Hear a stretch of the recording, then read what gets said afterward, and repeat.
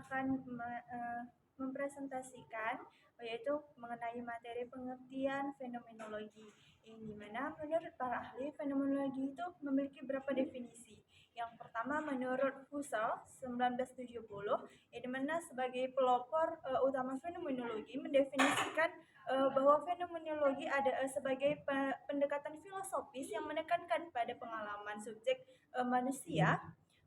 Menurutnya fenomenologi itu adalah ilmu tentang kesadaran yang berusaha memahami bagaimana individu memahami dan mengalami dunia mereka. Fenomenologi juga bertujuan untuk kembali pada hal-hal itu sendiri, yang berarti menggali pengalaman sebagaimana adanya tanpa interpretasi atau prasangka. Sedangkan menurut Heger 1962, seorang murid Husserl memperluaskan fenomenologi ke arah yang lebih ontologis. Ia menekankan pada konsep being atau keberadaan dengan tujuan memahami keberadaan manusia secara mendalam. Bagi Heger, fenomenologi tidak hanya mempelajari pengalaman individu, tetapi juga menggali makna eksistensial dari keberadaan manusia di dunia. Menurut Sartre 1956 menggunakan pendekatan fenomenologi untuk mengekspresikan konsep kebebasan, eksistensi dan subjektivitas. Menurutnya manusia adalah makhluk yang bebas dalam menentukan maknanya sendiri. Dalam fenomenologi eksistensial, Sartre berpendapat bahwa manusia adalah makhluk yang dikutuk untuk bebas, yang berarti bahwa kita sepenuhnya bertanggung jawab atas pilihan kita dalam hidup. Sedangkan menurut Morley-Porty 1962 menekankan pentingnya tubuh dalam pengalaman manusia. Menurutnya, pengalaman fenomenologis bukan hanya pengalaman yang bersifat mental, tetapi juga melibatkan tubuh sebagai mediator antara manusia dan dunia. Morley-Porty memperkenalkan konsep kesadaran tubuh yang menyatakan bahwa tubuh adalah sarana utama bagi individu untuk berinteraksi dengan dunia. Menurut Sachs 1967 menerapkan fenomenologi ke dalam ilmu sosial dengan menekankan bahwa tindakan sosial adalah hasil dari pengalaman subjektif individu. Ia menekankan pentingnya makna subjektif dalam memahami interaksi sosial. Menurut Sachs, untuk memahami fenomena sosial, kita harus memahami cara individu menginterpretasikan dunia di sekitarnya.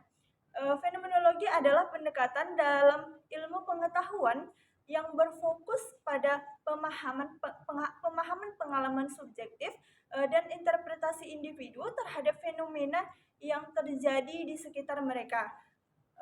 Fenomenologi bertujuan untuk menggali makna dari pengalaman hidup seseorang melalui proses pemahaman dari sudut pandang orang yang mengalami. Mungkin sekian. Saya akan melanjutkan materi yang bagian B, yaitu tentang ciri-ciri penelitian fenomenologi. Beberapa ciri-ciri utama penelitian fenomenologi menurut para ahli adalah yang pertama yaitu fokus pada pengalaman subjektif. Nah, penelitian fenomenologi ini menitikberatkan pada pengalaman subjektif individu. Menurut Krauss 2013, penelitian ini bertujuan untuk memahami pengalaman hidup seseorang dalam konteks fenomena yang spesifik. Nah, di mana penelitian ini tidak mencoba menafsirkan pengalaman, yang mencoba menafsirkan pengalaman tersebut dari perspektif mereka sendiri, melainkan berusaha untuk memahami bagaimana pengalaman tersebut dirasakan oleh subjek.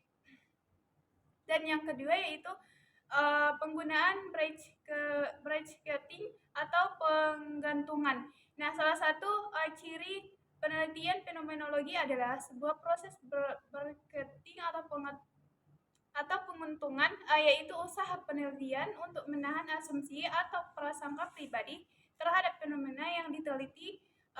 Husserl 1931 memperkenalkan konsep ini agar peneliti bisa memahami pengalaman subjektif secara murni tanpa bisa atau pengaruh dari pandangan pribadi. Dan yang bagian yang ketiga yaitu menggali makna esensial. Penelitian fenomenologi ini berfokus pada mengidentifikasi esensi atau makna mendalam dari pengalaman yang dialami oleh individu.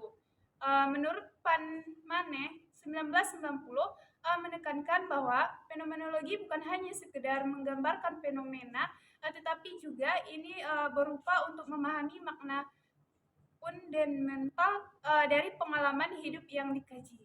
Dan yang keempat yaitu metode wawancara. Nah, di mana di sini peneliti mendalami tentang fenomenologi sering menggunakan wawancara mendalam sebagai metode utama pengumpulan data. Nah, menurut Mustakas 1994, wawancara mendalam memungkinkan peneliti untuk memahami pengalaman pribadi dan subjek dan perspektif partisipan secara langsung dan komprehensif.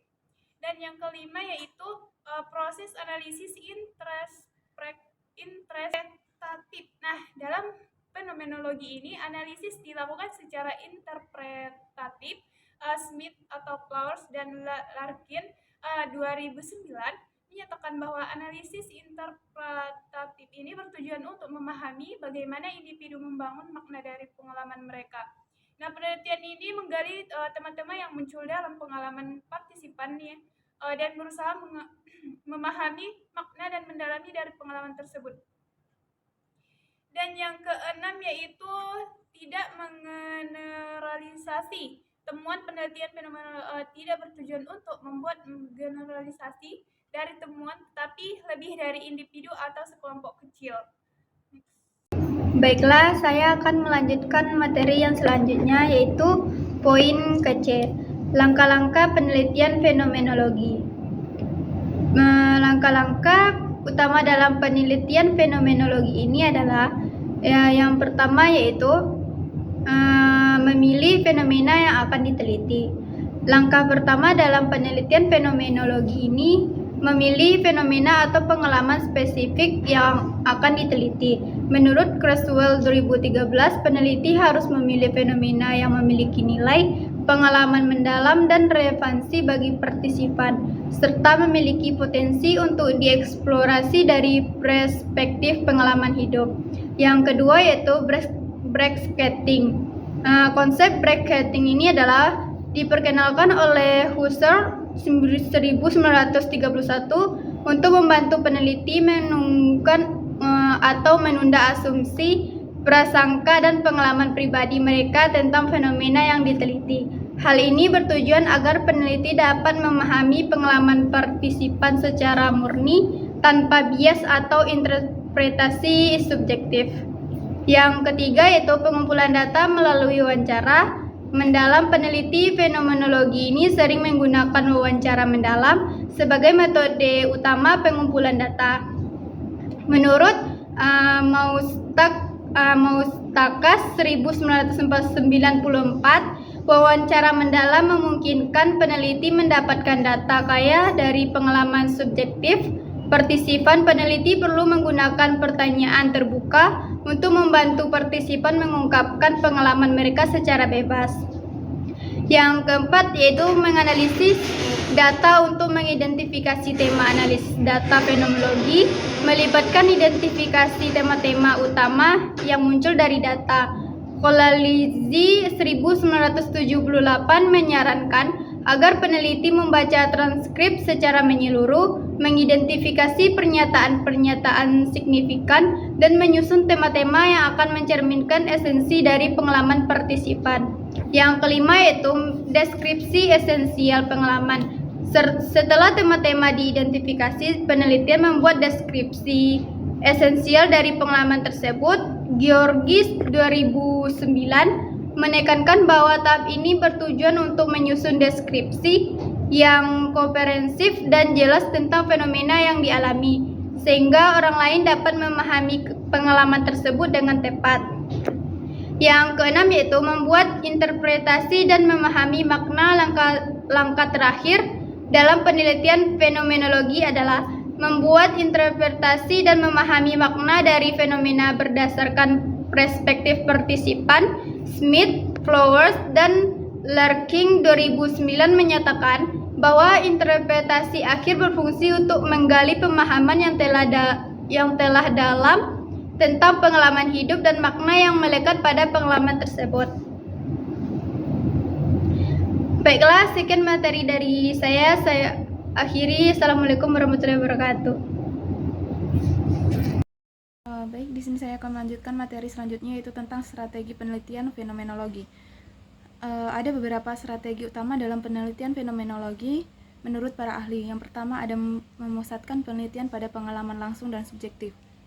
Penelitian fenomenologi berfokus pada pengalaman subjektif dan langsung dari partisipan. Menurut Van Manen pada tahun 1990 menyatakan bahwa dalam penelitian fenomenologi, strategi utamanya adalah berpusat pada pengalaman hidup atau lived experience. Yang kedua ada penggunaan pendekatan deskriptif atau hermeneutik. Fenomenologi ini memiliki dua pendekatan utama, yaitu fenomenologi deskriptif dan fenomenologi hermeneutik. Yang ketiga, penggunaan wawancara mendalam sebagai teknik untuk pengumpulan data. Wawancara mendalam adalah teknik pengumpulan data yang paling sering digunakan dalam penelitian fenomenologi. Menurut Mostakas pada tahun 1904 menyatakan bahwa wawancara yang mendalam memungkinkan peneliti untuk memperoleh data subjektif secara langsung dari partisipan. Yang keempat, strategi bracketing. Dalam fenomenologi, penelitian menggunakan strategi bracketing atau expose untuk menunda atau menangguhkan asumsi dan prasangka pribadi agar tidak mengganggu proses penelitian. Yang kelima ada proses analisis data berbasis tematik. Analisis tematik adalah strategi analisis utama dalam fenomenologi. Smith, Followers, dan Lakin pada tahun 2009 menyebutkan bahwa peneliti mengidentifikasi tema-tema utama yang muncul dari data partisipan dan mencari makna mendalam dari setiap tema tersebut. Yang keenam, penyusunan deskripsi esensial untuk menggambarkan makna pengalaman. Strategi terakhir adalah menyusun deskripsi esensi yang menggambarkan makna pengalaman yang dialami oleh partisipan. Coleisi pada tahun 1978 menyarankan agar peneliti membuat deskripsi yang menyeluruh berdasarkan tema-tema yang telah diidentifikasi, sehingga dapat memberikan gambaran yang komprehensif tentang pengalaman partisipan. Selanjutnya ada kelebihan penelitian fenomenologi. Pemahaman mendalam terhadap pengalaman subjektif. Menurut Creswell pada tahun 2013, penelitian fenomenologi memungkinkan peneliti untuk memahami pengalaman subjektif seorang secara mendalam. Yang kedua ada menyediakan perspektif lain yang lebih kualitatif. Menurut Greenewald pada tahun 2004, fenomenologi tidak sekedar mengumpulkan data kuantitatif, tetapi juga memperkaya pemahaman tentang bagaimana individu memaknai sesuatu peristiwa. Yang ketiga ada fleksibilitas dalam pengumpulan data. Menurut Atton pada tahun 2022 berpendapat bahwa fenomenologi menawarkan fleksibilitas dalam pengumpulan data seperti melalui wawancara mendalam dan observasi partisipatif. Selanjutnya ada kekurangan penelitian fenomenologi. Yang pertama adalah subjektivitas yang tinggi. Menurut Creswell pada tahun 2013, penelitian fenomenologi memiliki kecenderungan subjektivitas yang tinggi karena peneliti berinteraksi langsung dengan partisipan. Yang kedua, sulit untuk digeneralisasikan. Menurut Van Manen pada tahun 1090 menyatakan bahwa hasil penelitian fenomenologi seringkali sulit untuk digeneralisasikan karena fokus pada pengalaman individu dan kontekstual. Yang ketiga ada proses pengumpulan analisis data yang kompleks. Menurut Patton pada tahun 2022 menjelaskan bahwa analisis data dalam penelitian fenomenologi membutuhkan waktu dan upaya yang cukup besar karena melibatkan pengkodean dan interpretasi yang mendalam.